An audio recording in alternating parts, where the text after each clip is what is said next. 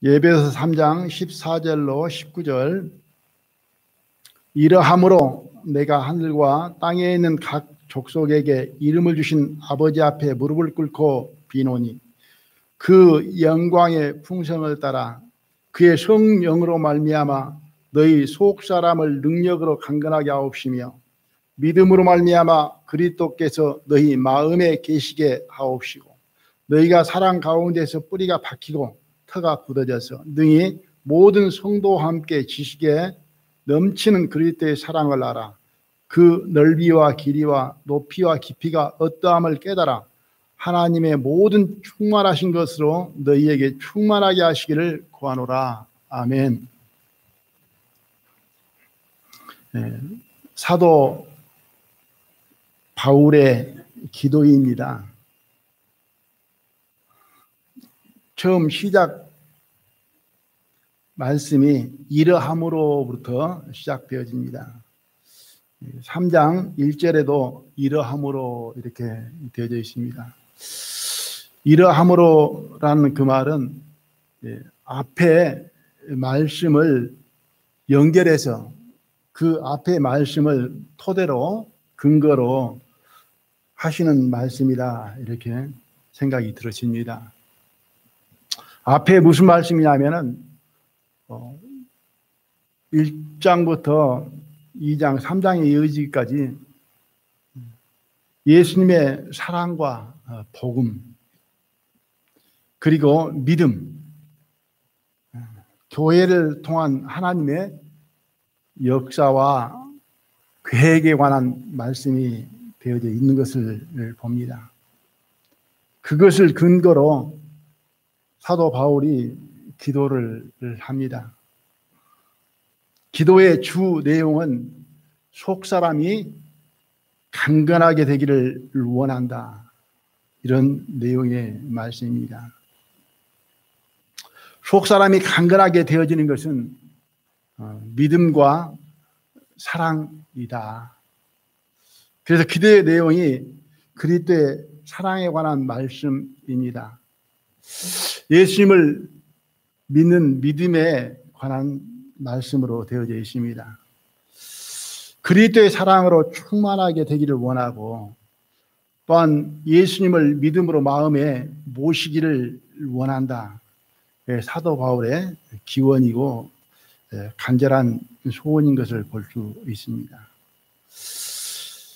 예수님을 마음에 모시고 예수 그리스도의 사랑으로 충만하게 된 것이 속사람이 강건하게 된 것이다. 속사람을 강건하게 할 수 있는 것은 성령의 능력만이다. 이렇게 말씀이 되어져 있습니다. 우리 그리스도인은 믿음으로 사는 것이다 합니다. 그래서 말씀 속에서 오직 나의 의는 믿음으로 말미암아 살리라 하셨습니다. 우리 그리스도인은 예수님 사랑 안에 거해야 합니다. 그래서 요한복음 15장 9절에서는 아버지께서 나를 사랑하신 것 같이 나도 너희를 사랑하였으니 나의 사랑 안에 거하라. 예수님 사랑 안에 거하면서 믿음으로 사는 것이 신앙 생활이다. 우리 그리스도인은 예수님 사랑으로 살고 믿음으로 살고 천국의 소망으로 사는 것이다. 그래서 고린도전서 13장 13절에는 그런즉 믿음, 소망, 사랑 이 세 가지는 항상 있을 것인데 그 중에 제일은 사랑이라고 합니다. 그래서 우리 그리스도인에게는 가장 중요한 것이 믿음 그리고 사랑, 소망입니다. 오늘 말씀의 제목은 믿음의 분량과 사랑의 크기에 대해서 생각을 해보려고 합니다. 믿음도 분량이 있다라고 합니다. 그리고 사랑도 그 크기가 있다라고 합니다. 사람은 차별당하는 것을 원치 않습니다. 그 사람들은 평등을 주장합니다. 그러면서도 사람은 남보다 내가 낫기를 원하고, 때로는 남보다 내가 더 낫다라고 생각을 하면서 삽니다. 그래서 이중성을 가지고 있고 또 모순이 되어진 것을 봅니다. 차별당하는 것을 싫어하죠. 좋아하지 않습니다. 그런데 하나님은 그렇지 않는 것을 볼 수 있습니다. 하나님은 어떻게 역사를 하시는가? 믿음의 분량은 많고 작고가 분량이라고 봅니다. 사랑도 그 크기가 있다라고 하는 것이죠. 그래서 그리스도의 사랑 안에서 너희가 터가 굳어지고 뿌리가 박히고 그 사랑의 넓이와 깊이와 그리고 길이와 높이가 어떠한 것을 알기를 원한다. 넓이를 말할 때는 우리가 넓고 좁고, 그리고 길이는 길고 짧고, 그리고 높이는 높고 낮고, 그리고 깊이는 깊고 얕고. 그래서 그 사랑에도 넓고 좁고 길고 짧고 높고 낮고 깊기도 하고 얕기도 하다, 이렇게 말씀을 하신 것을 볼 수가 있습니다. 사람들이 평등을 원하지만은 나면서부터 뭐 금수저가 있고 흑수저가 있고 그렇다 하잖아요. 그죠? 그리고 뭐 흑인이 있고 백인이 있고 황인이 있고 뭐 잘난 사람 못난 사람, 어쩌면은 천태만상이죠. 어떻게 생각해 보면은 다 똑같은 모양, 똑같은 분량, 형태로 만들어지면은, 그렇게 됐으면은 좋겠잖아요. 뭐 따지고 잘나고 못나고 뭐 구분할 것도 없고 차별할 것도 없고 다 뭐 길이, 넓이, 높이, 깊이 다 똑같게 만들어 놓으면은 좋지 않겠습니까? 그런데 하나님은 어쩌면은 같은 사람이 쌍둥이까지도 한 사람도 없다는 것입니다. 겨울에 눈송이가 그렇게 많이 쏟아지지만은 그 결정체가 같은 게 하나도 없다라고 합니다. 각각 다르다고 하는 것이죠. 우리는 하나님의 시각에서 생각하고 판단해야 된다. 그래야 시험에 들지 않는다, 이렇게 생각을 해봅니다. 그래서 오늘은 말씀의 제목을 믿음의 분량과 사랑의 크기, 말씀을 묵상해 보면서 나는 믿음의 분량이 얼마만큼 되고 사랑의 크기는 얼마만큼 되는가, 또 하나님께는 그것을 어떻게 역사를 하시는가 생각을 하시면서 좀 자신도 생각해 보고 또 우리의 생각도 하나님의 생각에 맞추어서 같은 마음을, 같은 생각을 가져볼 수 있는 시간들이 되었으면 하는 그런 생각을 가져봅니다. 로마서 12장을 보겠습니다. 먼저 믿음의 분량에 관해서 생각을 해보도록 하겠습니다. 로마서 12장 3절.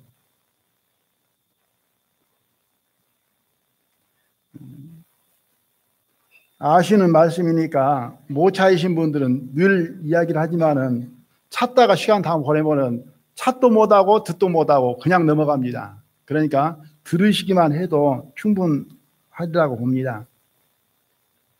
12장 3절 말씀, 내게 주신 은혜로 말미암아 너희 중 각 사람에게 말하노니 마땅히 생각할 그 이상의 생각을 품지 말고 오직 하나님께서 각 사람에게 나누어 주신 믿음의 분량대로 지혜롭게 생각하라. 마땅히 생각할 그 이상의 생각을 품지 말고, 저희들은 이상의 생각을 품을 때가 많은 것 같습니다. 항상 내게 주어진 그 이상을 바라보고 욕심을 부리는 경우가 많이 있다라고 보여집니다. 그래서 마땅히 생각할 그 이상의 생각을 품지 말라. 그리고 오직 하나님께서 각 사람에게 나눠주신 믿음의 분량대로 지혜롭게 생각하라. 하나님께서 각 사람에게 나눠주신 믿음의 분량이 있다라고 이렇게 말씀을 하십니다. 각 사람에게 나눠주신 믿음의 분량. 모든 여러 사람에게 하나님께 주신 그 믿음의 분량이 다르다라고 말씀을 하고 있습니다. 이 믿음도 하나님께서 나누어 주셨다. 나는 하나님께로부터 얼마나 된 믿음을 받았는가, 이걸 좀 생각을 했으면 좋겠습니다. 야고보서 2장 1절에도 내 형제들아 영광의 주 곧 우리 주 예수 그리스도를 믿는 믿음을 받았으니, 형제들에게 하시는 말씀이 예수 그리스도를 믿는 믿음을 받았다, 이렇게 기록되어 있습니다. 베드로 후서 1장 1절에서도 예수 그리스도의 종과 사도인 시몬 베드로는 우리의 하나님과 구주 예수 그리스도의 의를 힘입어 동일하게 보배로운 믿음을 우리와 같이 믿음을 받은 자들에게 이렇게 말씀을 하셨습니다. 예수님을 믿는 믿음, 그것은 보배로운 믿음인데 우리와 같이 믿음을 받은 자들에게 믿음을 받았다라고 이렇게 말씀을 하십니다. 내가 예수님을 믿는다. 나는 믿었다. 믿고 있다. 내가 천국은 친노하는 자들에게 이렇게 되기 때문에 내가 믿음으로 친노했다. 내가 받았다. 이렇게 내 측면, 내 쪽에서는 이런 각도에서 말할 수 있지만은 하나님 편에서는 그 믿음을 각 사람에게 이렇게 나누어 주었다 말씀을 하고 있습니다.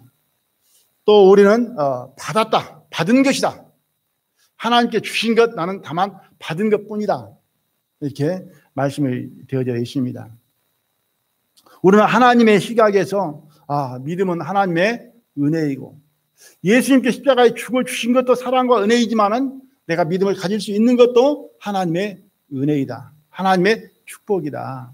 하나님께서 나에게 주신 것이다. 그래서 믿음은 모든 자의 것이 아니라라고 이렇게 말씀을 하고 있습니다. 내가 확신을 가지고 믿었지만은 그것 또한 하나님께서 주신 거다라고, 은혜다라고 하나님께 감사할 수 있는 마음을 가졌으면 하는 그런 생각도 가져보게 되어집니다. 그래서 그 믿음도 하나님 주신 것인데 각 사람에게 주신 그 분량이 있다고 하는 것입니다. 분량은 크다, 작다, 또는 많다, 적다. 믿음은 강하다, 약하다 이렇게 표현할 수 있습니다. 돈, 똑같은 돈이지만은 그 10원짜리도 있고 100원짜리도 있고 그러죠. 1000원짜리도 있고 10,000원짜리도 있고 50,000원짜리도 있습니다. 돈은 돈입니다. 하지만은 분량이 다르다고 하는 것입니다. 강도도 그러죠. 뭐 나무, 여러 나무가 있습니다만 나무의 종류에 따라서 그 압력에 버티는 강도가 다릅니다. 돌의 강도 그리고 철의 강도도 각각 다른 것을 볼 수가 있습니다. 학교도 그러죠. 똑같은 학교입니다. 그러죠. 초등학교, 중학교, 고등학교, 대학교. 그런데 같은 학교지만은 수준이 다릅니다. 그것처럼 분량도 다르고 그 강도도 다르고 수준도 다르다고 하는 것이에요. 그래서 사람들은 같기를 원하고 같기를 원하는 것뿐만 아니라 더 내가 낫기를 원하는 마음이 있다고 하는 것이에요. 그렇기 때문에 여기에 사도 바울은 마땅히 생각할 그 이상의 생각을 품지 말고 오직 하나님께 각 사람에게 나눠주신 믿음의 분량대로 생각하라는 것입니다. 로마서 찾아져 있으니까 14장을 보겠습니다. 한 장 넘기면은 14장 1절로 3절을 보겠습니다. 믿음이 연약한 자를 너희가 봤되 그의 의심하는 바를 비판하지 말라. 어떤 사람은 모든 것을 먹을 만한 믿음이 있고 연약한 자는 채소를 먹느니라. 먹는 자는 먹지 않는 자를 업신여기지 말고 먹지 못하는 자는 먹는 자를 판단하지 말라. 이는 하나님이 저를 받으셨음이니라. 여기에 믿음이 연약한 자 있고 강한 자가 있습니다. 또 먹을 만한 믿음을 가진 사람이 있고 먹지 못하는 믿음을 가진 사람도 있다라고 이렇게 말씀을 하시고 계십니다. 15장 1절을 보겠습니다.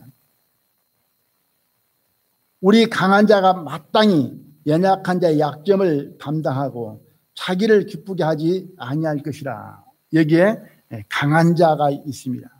강한 자가 있다고 하는 것은 또 연약한 자가 있다라고 하는 말씀이 되겠습니다. 그래서 이 말씀 속에서 믿음을 말씀하실 때에 강한 자, 약한 자, 먹는 자, 먹지 못한 자, 채소를 먹는 자, 젖을 먹는 자, 밥을 먹는 자, 그리고 단단한 식물을 먹는 자, 또는 어린 아이로 표현되어 있고 장성한 자로 표현이 되어져 있습니다. 같은 믿음이지만은 믿음에 이렇게 분량이 있다라고 말씀을 합니다. 그래서 믿음 안에서 자기 분수를 알아야 된다고 하는 것입니다. 자기 분수를 모르게 되지면은 교만해지고 또 오바가 되어지고 판단하게 되어지고 이런 시험을 받는다 이렇게 말씀을 하고 있습니다. 그래서 믿음은 같은 믿음이라고 하는데 그 내용은 같죠. 믿음이 다르면 안 되잖아요. 틀리면 안 되잖아요. 그런데 같은 믿음을 가졌지만은 그 믿음에 강약이 있다라고 이렇게 말씀을 하신 것을 보게 되십니다. 그런데 성경에서 은사는 다르죠. 믿음은 같지만은 분량이 있고 은사는 각각 다르다라고 말씀을 합니다. 여기에서 우리가 오해를 하거나 착각을 해서는 안 되리라고 이렇게 생각이 들어집니다. 그래서 믿음은 판단해서는 안 된다. 자, 14장 4절을 먼저 읽어드리겠습니다. 남의 하인을 판단하는 너는 누구뇨? 그 서는 것이나 넘어지는 것이 제 주인에게 있음에 제가 세움을 받으리니 이는 저를 세우시는 권능이 주께 있음이라. 믿음은 하나님께 주시는 것이고 받는 것이라고 그랬잖아요. 그 믿음은 분량이 있다라고 말씀을 하셨습니다. 그러면 믿음을 판단하는 것은 누구를 판단하는 것과 같다라고 말씀을 하시냐면은 하나님을 판단하는 것이다. 하나님께 주시고 안 주시고 많이 주고 적게 주고 하는 것인데 사람을 믿음을 판단하는 것은 곧 하나님을 판단하는 것이다. 그러므로 여기에서 하나님께서는 남의 하인을 판단하는 너는 누구뇨 이렇게 말씀을 하시는 것입니다. 그럼 교회 안에 믿음을 가지고 서로 판단하고 정죄할 일은 있어야 되겠습니까? 없어야 되겠습니까? 이건 있을 일이 아니라고 하는 것이죠. 그죠? 교회 안에서 은사도 마찬가지다 이렇게 생각을 해봅니다. 은사는 각각 다른 거예요. 나는 할 수 있는데 왜 너는 못하느냐? 나는 잘하는데 왜 너는 그렇게 하느냐? 이렇게 할 수 없다고 하는 것이죠. 12장에서 잠깐 보고 넘어가겠습니다. 4절에서 6절까지 보겠습니다.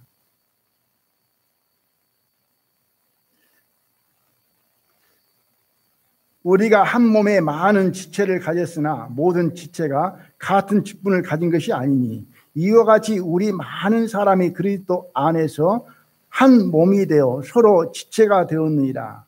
우리에게 주신 은혜대로 받은 은사가 각각 뭐라고요? 다르니. 은사는 다르다는 거예요. 믿음은 분량이 다른 것이고 은사는 그 내용이 다를 수 있다고 하는 것이죠. 은사는 각각 다르고 그리고 믿음은 분량이 다르다. 분량의 차이가 있을 수가 있다. 이게 무슨 말인지 저보다 잘 더 이해하시리라고 생각합니다. 그러니까 교회 안에서 믿음도 하나님께서 주시는 것이고 은사도 누가 준 거라고요? 하나님께서 주시는 거라는 거죠. 그런데 믿음과 은사를 놓고 뭐 잘하네 잘못하네 뭐 이러네 저러네 이건 판단하는 것은 믿음 자체에서 이단적인 것, 그 다른 것은 우리가 분별해야 되죠. 그러나 같은 내용의 믿음을 가지고 많고 작고를 가지고 우리가 따지는 것은 옳은 모습이 아니다 이렇게 생각이 들어집니다. 그래서 믿음의 분량이 있다. 지난 수요일 말씀을 들었습니다. 믿음으로 변화된 사람들 찾아보았습니다. 예수님 시신을 장사했던 부자 요셉, 용감함, 담대함, 그리고 자신의 새 무덤을 내어주었던 말씀을 봤습니다. 니고데모, 예수님을 찾는데 숨어서 부끄러움으로 예수님을 만나러 갔지만은 후에는 당당히 예수님 장례를 준비하는 모습을 봤습니다. 그리고 삭개오, 그는 세리장으로서 부자였습니다. 예수님을 만나고 그는 부자였기 때문에 재산이 많았겠죠. 소유 모든 재산 가운데 절반을 뭐 하나님께 바친다는 말이 아니고 가난한 자들에게 주겠다. 그리고 내가 부당하게 토생한 일이 있으면은 그것 내가 4배나 갚겠다. 얼마나 정직해졌습니까? 그런 변화된 모습을 봤습니다. 예수님의 운명을 지켜봤던 백부장. 백부장은 자기 부대에 100명의 어떤 군사들이 있습니다. 100명의 군사들을 다스리는 자 백부장이라고 합니다. 그는 마지막 끝까지 예수님의 그 삶을 모습을 지켜보고 나서 그는 과연 하나님의 아들이었다. 하나님의 아들이었음을 마음 가운데 느끼고 증언하는 그런 역사를 봤습니다. 오늘은 믿음의 어떤 믿음이 큰 믿음인가, 하나님 앞에 받은 믿음, 칭찬받는 믿음인가, 그 사람 한번 먼저 찾아보도록 하겠습니다. 로마서는 후에 다시 한번 볼 것 같습니다. 로마서는 잡아두시고요. 마태복음 8장을 보겠습니다.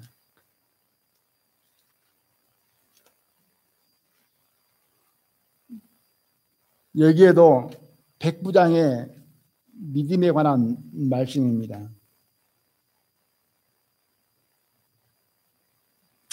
이 백부장은 신하를, 자기 부하를 사랑하는 사람이고 또 백부장으로서의 그 존경받는 사람인 것 같습니다.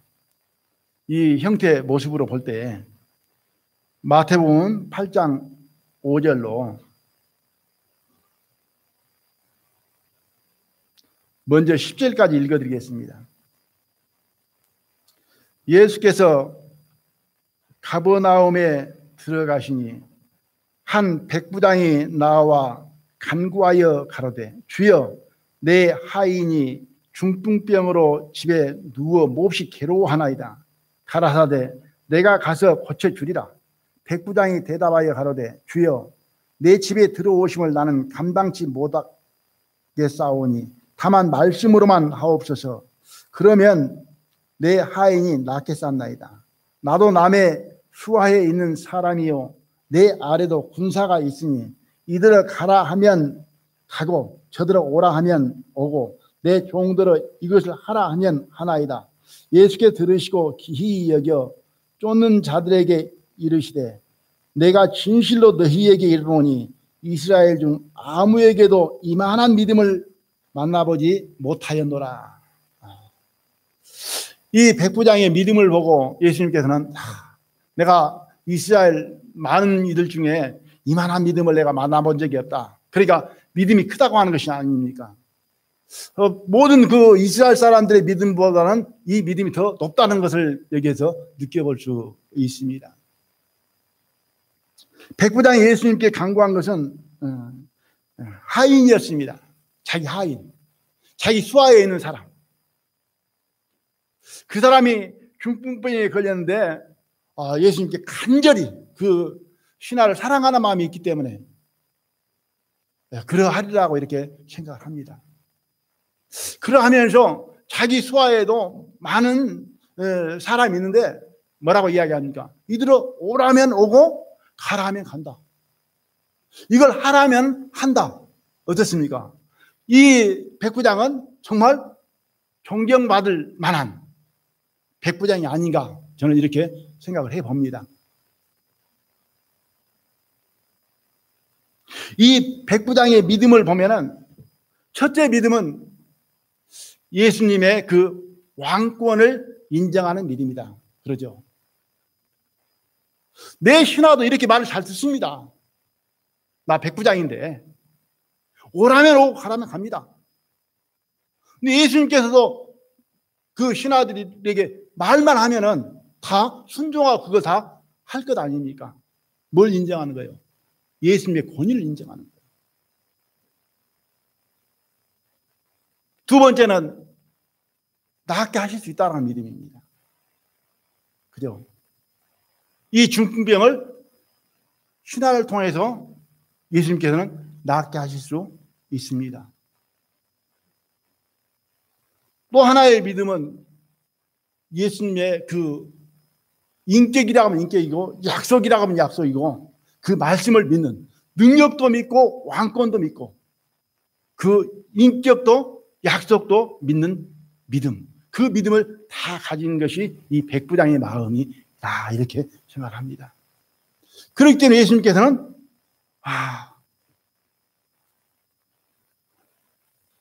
이만한 믿음을 만나보지 못했다. 지금까지 만난 자들 중에서 이만큼 믿음이 있는 자는 못 봤다. 그렇게 말씀을 하신 걸 보게 되집니다. 이 말씀으로 봐서도 믿음이 강한 자가 있고 약한 자가 있고 같은 돈이지만은 10원짜리 돈도 있고 5만 원짜리 돈도 있다고 하는 거예요. 분량이 있음을 여기에서 느껴볼 수가 있습니다.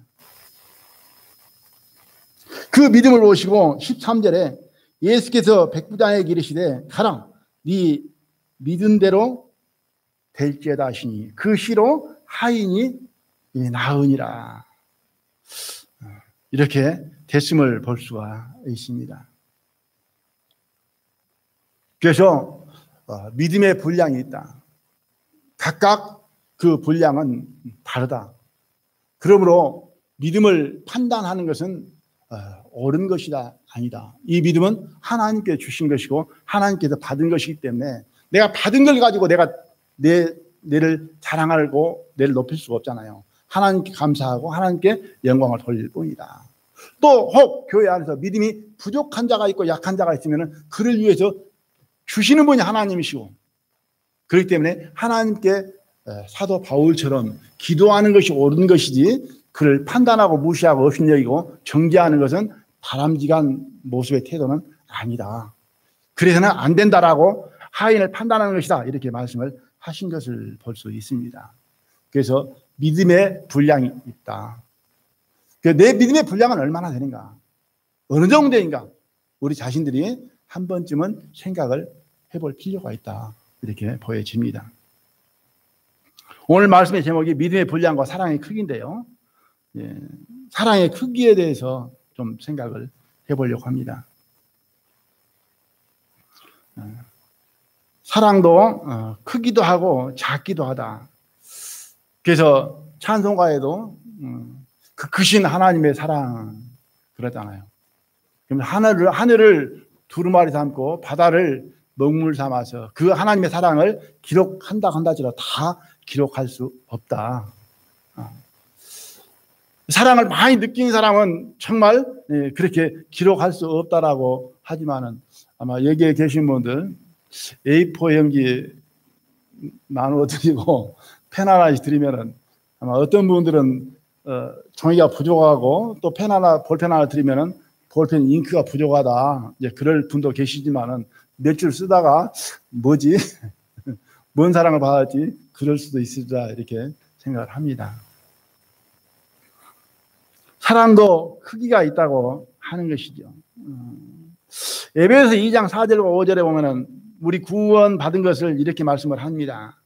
긍휼에 풍성하신 하나님이 우리를 사랑하신 그 큰 사랑을 인하여 허물로 죽은 우리가 그리스도와 함께 허물로 죽은 우리를 그리스도와 함께 살리셨고 긍휼에 풍성하신 하나님이 우리를 사랑하신 그 큰 사랑을 인하여 여기에 그 큰 사랑이라 이렇게 되어져 있습니다. 예수님께 사랑을 또 가르쳐 줄 때에 요한복음 15장 13절에서는 이렇게 말씀을 하시죠. 사람이 친구를 위하여 자기 목숨을 버리면 이에서 더 큰 사랑이 없나니. 친구를 위해서 자기 목숨을 버리면 친구를 대신해서 자신이 죽어준다 할 것 같으면 그것보다 더 큰 사랑이 없다. 그것이 가장 큰 사랑이다. 사랑을 이렇게 큰 걸로 표현을 해주고 있습니다. 대신 죽어준 것, 그것이 제일 크다. 목숨은 유일한 것, 하나밖에 없는 것인데 그것을 내어주는 것이 가장 큰 사랑이다. 이렇게 말을 합니다. 사랑은 그렇죠. 따뜻한 말 한마디도 사랑이 큰 것입니다. 그렇죠. 위로의 말 한마디도 그 안에 사랑이 위하는 마음이 있다 할 것 같으면은 사랑이 큰 것이죠. 이렇게 저희들이 이제 비대면 때문에 만나는 일이 조금씩 적어져 있습니다만은 만남에 있어서도 반가운 모습으로 사랑하는 마음으로 이렇게 대면해 주는 것도 사랑이죠.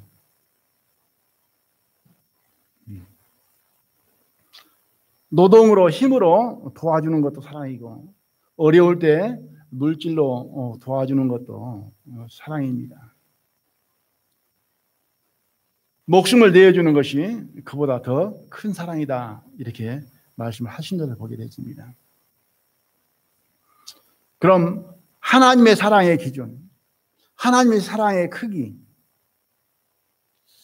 하나님께서 사랑하고자 하는 사랑은 어떠한 사랑인가 좀 생각을 해보면서 하나님께서 우리를 사랑하신 그 사랑이 얼마나 큰가 좀 되새겨보는 시간들이 됐으면 해서 하나님의 사랑의 크기를 좀 생각을 해보려고 합니다. 마태복음 다음에 마가복음이죠. 마태복음에도 기록이 되어 있습니다만 마가복음의 것을 보겠습니다. 12장.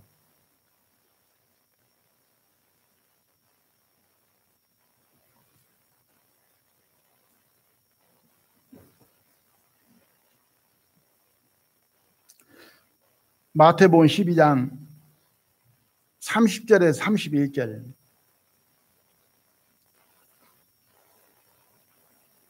하나님의 계명에 관해서 말씀을 하면서 가장 큰 계명이 무엇인가? 그것을 말씀할 때 사랑으로 표현을 하고 있습니다.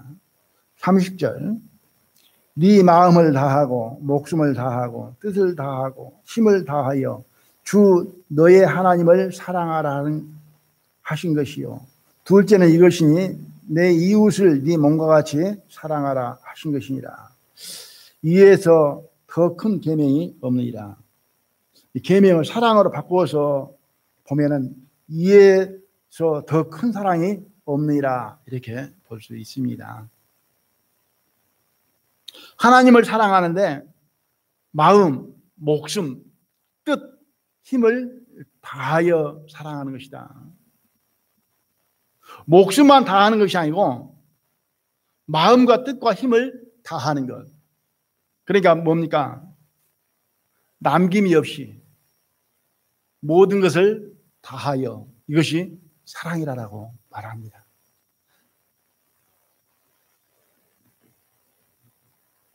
인간 관계 속에서는 이웃을 네 몸과 같이 이렇게 말씀을 하고 있습니다.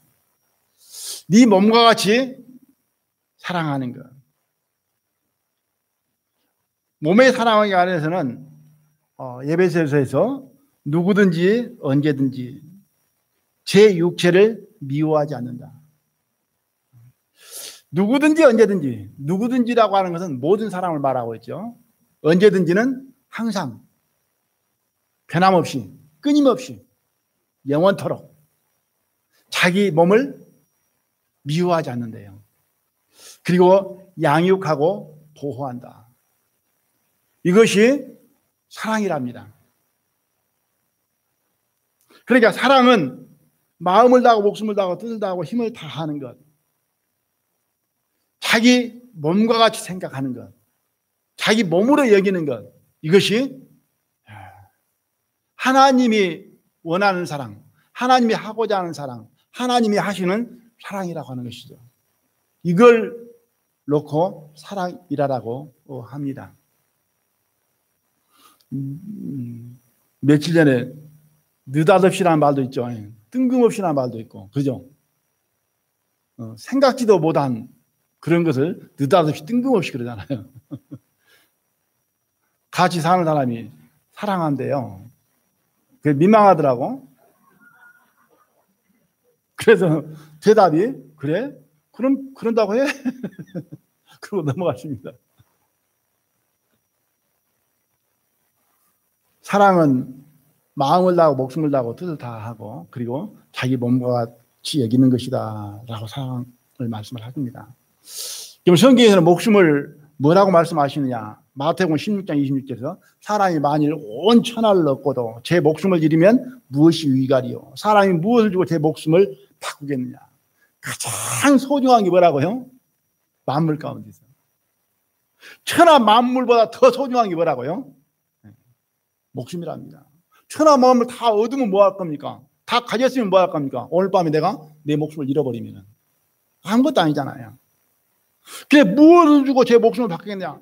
무엇과 자기 목숨을 비교할 수 있고 무엇하고 어떤 것하고 자기 목숨을 바꿀 수 있겠느냐 그 말이에요. 아무것도 없다 그 말입니다.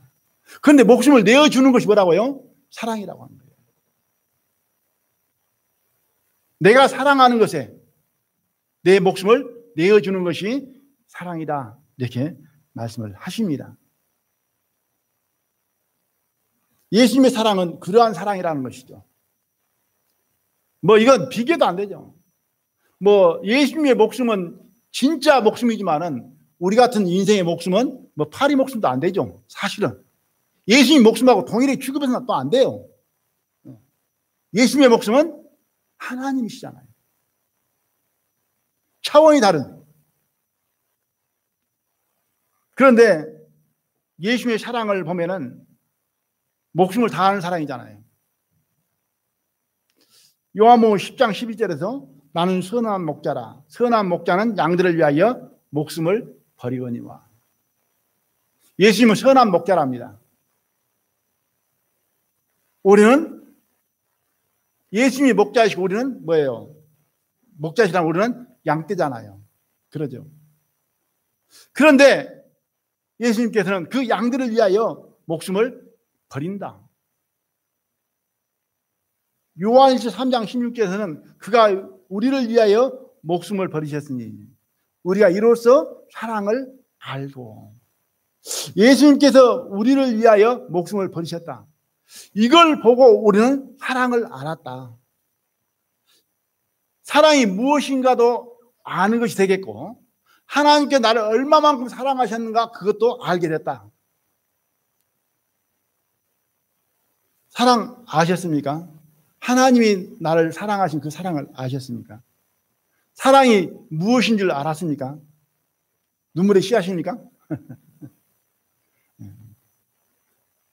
주님께서 나를 위하여 목숨을 버린 것이 사랑이라고 이렇게 말씀을 하셨습니다. 그 사랑을 우리는 받은 자들이고 입은 자들입니다. 요한복음 3장 16절에서 하나님이 세상을 이처럼 사랑하사 독생자를 주셨으니 이는 저를 믿는 자마다 멸망치 않고 영생을 얻게 하려 하십니다. 하나님이 세상을, 나를, 우리를 이처럼 사랑하사 독생자를 주셨으니, 이처럼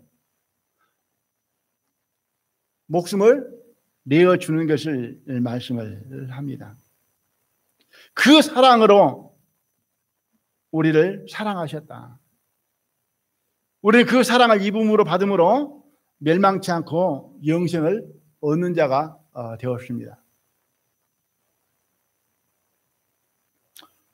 로마서 8장 32절에서는 자기 아들을 아끼지 아니하시고 우리 모든 사람을 위하여 내어주신 이가 어찌 그 아들과 함께 모든 것을 우리에게 은사로 주시지 아니하겠느냐. 이 말씀을 볼 때 사랑이 무엇이냐? 모든 것을 아끼지 아니하신 것이 사랑이다. 모든 것을 아낌없이 다 내어주는 것이 뭐라고요? 사랑이다.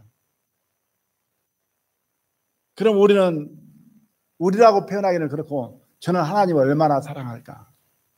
하나님은 모든 걸 아끼지 아니하시고 다 나를 주셨는데 나는 다 받고 하나님을 얼마만큼 사랑하고 있는가?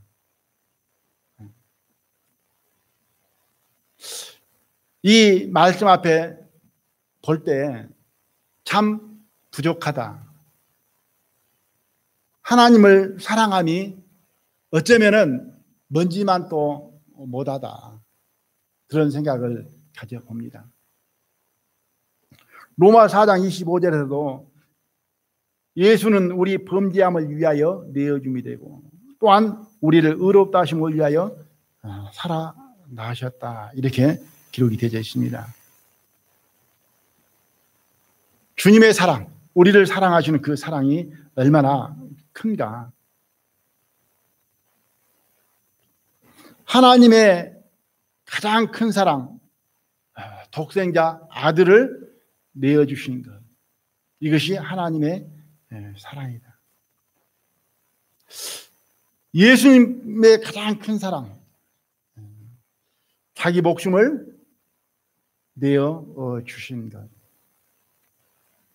우리가 하나님으로부터 가장 큰 사랑을 받은 것은 무엇인가? 하나님께서 우리에게 주신 사랑은 많은데, 셀 수 없이 많은데 하나님께서 우리에게 주신 사랑 중에 가장 큰 사랑은 무엇인가? 하나님으로부터 받은 사랑 중에 무엇이 가장 큰 사랑인가? 한번 우리는 생각해 볼 필요가 있다.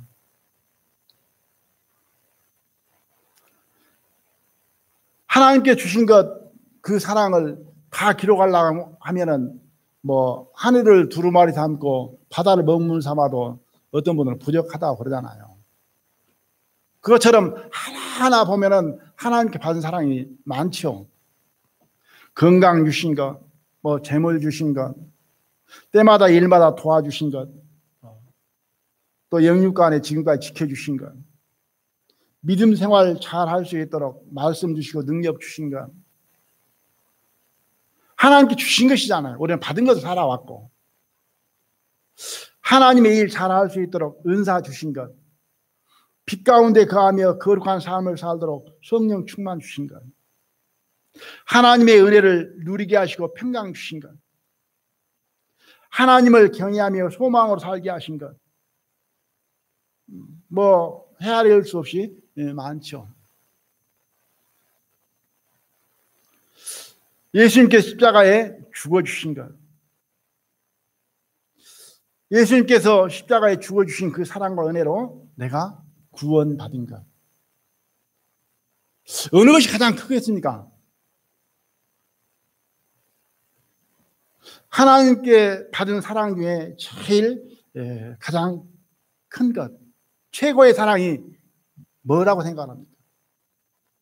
내가 살아오면서 어려울 때 하나님께서 하나님의 손길로 그 어려움을 해결해 주시고, 또 병들었을 때 하나님께 정말 남은 때를 주를 위해 살겠다라고 부르짖음으로 말미암아 하나님께서 그 병을 낫게 해주셨을 수도 있잖아요. 그죠? 내가 어둠에 처했을 때 하나님 앞에 간구했을 때 하나님께서 빛으로 찾아와서 나를 빛 가운데 인도하여 주시는 그 체험도 할 수가 있고, 많은 체험도 있잖아요. 또 내가 주님 앞에 소원하고 간구했던 기도가 응답되어져서 이루어졌을 때에 얻은 어떤 기쁨과 즐거움도 있을 것이고, 그런데 우리가 항상 언제나 날마다 영원토록 붙들고 잊지 않고 감사하고 기뻐해야 될 부분은 무엇이라고 생각합니까? 예수님께서 십자가에 달려 죽어주신 그 사랑과 은혜, 그 사랑으로 말미암아 그 은혜로 내가 거듭나서 하나님의 자녀가 되어지고 천국 백성이 되어서 하늘나라에서 영원히 살 수 있다는 그런 확신의 믿음, 이건 항상 가지고 있어야 된다. 믿음, 소망, 사랑, 이 세 가지는 항상 있어야 하는, 그 중에 제일은 사랑이라고 말합니다. 그 사랑이 근본이고 뿌리고 반석입니다. 그 안에 거할 때, 그 위에 내가 살고 있을 때 우리의 신앙은 넘어지지 않습니다. 실족하지 않습니다.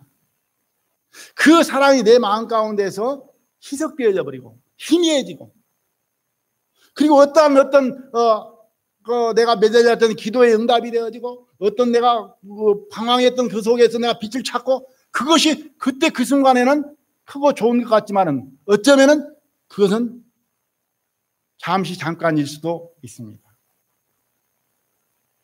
그것만 최고로 생각하고 신앙 예수님께서 구원해주고 별것 아닌 것처럼, 그거 있으나만 하는 것처럼, 이것 없으면은 그것 아무것도 아닌 것처럼 치부하는 그 마음은, 그 신앙은 저는 판단하고 싶습니다.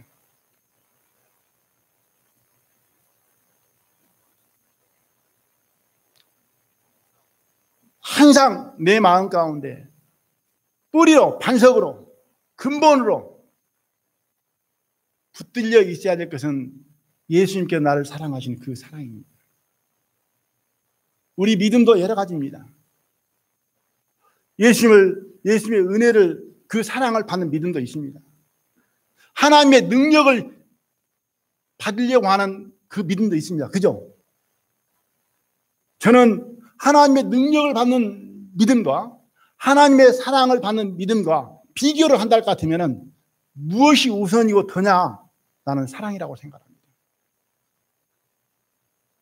내가 살아가면서 복음을 전하기 위해서 능력이 필요하잖아요. 그죠? 성령의 능력이 필요해요. 어떤 재능도 필요하잖아요. 내 형제를 사랑하고 그러려고 하면 물질을 얻을 수 있는 재능과 은사도 필요하잖아요. 그죠? 그것도 받아서 하나님의 능력을 받아서 복음도 전하고 성도를 사랑하며 섬기는 것도 마땅히 있어야 되고 중요합니다. 큽니다. 근데 그보다 더 우선이고 먼저고 항상 잊지 아니해야 될 것은 뭐예요? 하나님이 나를 사랑하시는 그 사랑입니다. 무슨 의미에서 말씀드리는지는 이해하시죠? 그죠? 그래서 믿음도 소망도 끝이 납니다. 그죠? 소망도 천국에 들어가게 되면 이루어져 버린 끝이 있어요. 믿음도 그 능력도 끝이 있어요. 그죠? 영원한 능력은 아니잖아요. 그러죠? 이 세상에 사는 동안 주의 일을 위해서 능력이 공급이 필요하다는 거죠. 그 사랑은 뭐예요? 영원하잖아요. 그죠? 사랑은 변함이 없고 사랑은 영원해야 됩니다. 내가 이 세상에 살면서 빛으로 살고 사랑으로 살 수 있는 것도 먼저는 그 반석 위에서입니다. 그 뿌리로 말미암아 항상 연결되어진 공급이 있어야 사랑으로 살 수 있는 것도 되고 하나님 일도 할 수 있는 것도 되는 것입니다. 근본적인 그 사랑을 뒤로 해버리고 없인 얘기, 무시하면서 뭐 내가 하나님 일을 한다라고 지금 능력이 나타나고 뭐가 있다라고 그거 필요합니다. 우리가 감사해야 되고 기뻐해야 되고 구해야 됩니다. 그러나 그 능력도 영원하지는 않다는 것이죠. 하나님의 사랑이 무엇인가? 우리가 항상 붙들고 가야 될 것은 무엇인가? 이 말씀 속에서 우리를 생각해 보고 또 나는 얼마나 하나님을 사랑하는가? 나는 하나님의 그 사랑 안에서 형제자매를 얼마나 사랑하는가? 이것도 한번 따져보면 좋으리라 이렇게 생각을 해봅니다. 다음 기회가 되어지면 하나님의 사랑을 받은 사람들이 하나님의 사랑이 있는 사람들이 그 사랑으로 이어지는 사랑이 어떻게 나타나는가 이 부분을 생각을 해보려고 합니다. 그래서 사랑은 뭐라고요? 위에서 아래로 내리사랑이라고 하잖아요. 내가 부모로부터 사랑을 받았으면 그 사랑이 내 마음 가운데 체험이 되어지고 은혜가 되어지고 또한 내 느낌이 되어졌으면 그 사랑 안에 거하게 되면 또한 내가 내 자녀를 사랑할 수 있는 마음이 되어진다. 이런 부분을 놓고 하나님의 사랑을 받아서 내가 하나님 사랑 안에 거하게 되면 또한 하나님께서 말씀하시는 또 이웃을 사랑함에 있어서 형제자매를 사랑함에 있어서 어떻게 나타나는가 이 부분을 좀 교제해보고 싶은 생각이 있습니다. 오늘 여기에서 마치겠습니다. 함께 기도드리겠습니다.